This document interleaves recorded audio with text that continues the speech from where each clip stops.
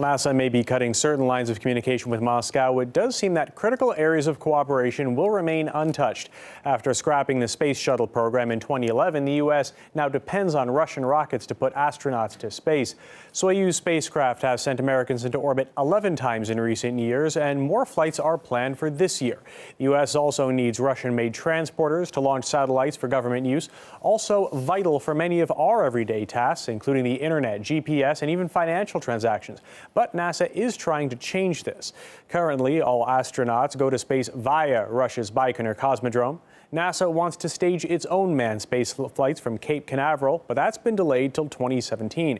For years now, politicians in Washington have turned down the agency's budget proposals, often leaving it to settle for half the funding it requests. The founder of Capital Science Connections gave us his and his colleagues' reactions. The scientific community will, of course, be extremely saddened by this decision, because the universal nature of science means that scientists wish to be free to collaborate with each other without any kind of thought of political or geographic boundaries. And in the age of a global community with global communications, the ability for scientists to collaborate has never been better. So it's very sad at the moment to see this kind of reaction being promoted. Joined live now by George Abbey, former director of the Johnson Space Center and fellow in space policy at the Baker Institute at Rice University. Thank you for joining us here. So we have seen a great deal of cooperation of late between the Russian Space Agency and with NASA. Washington wants to sanction Moscow. Are we starting to see that now creep into the cooperation that we've had so far between the space agencies?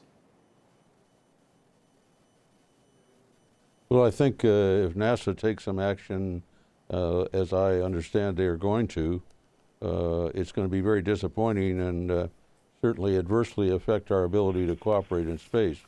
And we really have been able to work together in space, and it hadn't been a political issue. Now we're starting to make it a political issue.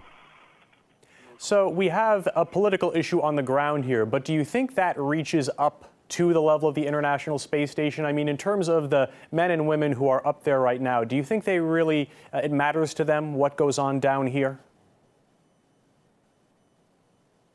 No, our work together in space, we're working with common goals and objectives, and we work together with Russia very well.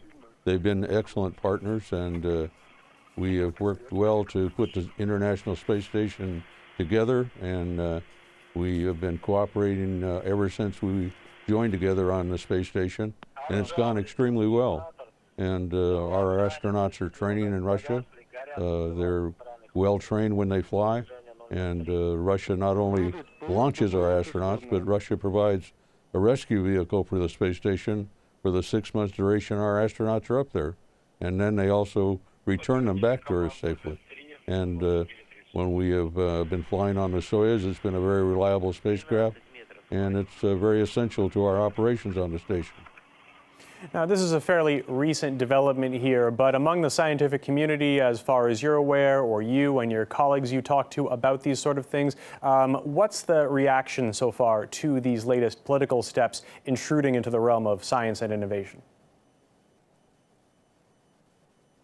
It's been very disappointing. I think everyone I've spoken with, my fellow colleagues, both engineers and scientists, are quite disappointed.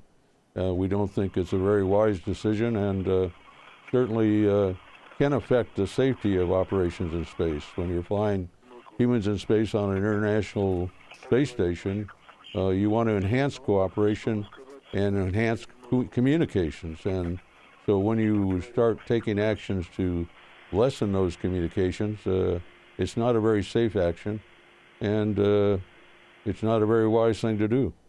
Now, often when these sort of things happen, there are reciprocal effects. If NASA says we're not going to deal with the Russian Space Agency anymore, and they say very well, we're not going to deal with NASA anymore, and it's, as we understand, going to be a few years before NASA gets its own facilities in the U.S. Off the ground, so to speak, where would that leave the U.S. space program for the next couple of years? The United States right now is totally dependent on our Russian partners. When we stop flying the space shuttle, we did away with our access to take humans to space, and we rely completely upon Russia. And Russia does a very good job of flying our crewmen up to the space station. So if that were to end, the United States human spaceflight program would not really be implemented in any fashion until probably 2017 or much later.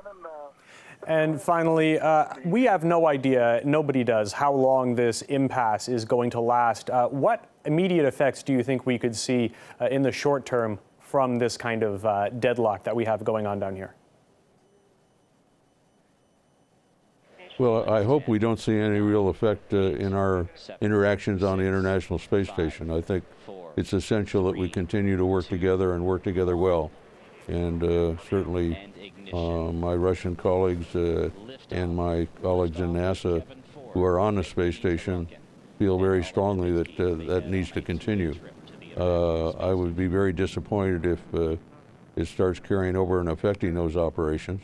But there are some activities over and above the International Space Station where really we ought to be cooperating with Russia in space. And evidently that is going to be adversely affected. It's not the right thing to do.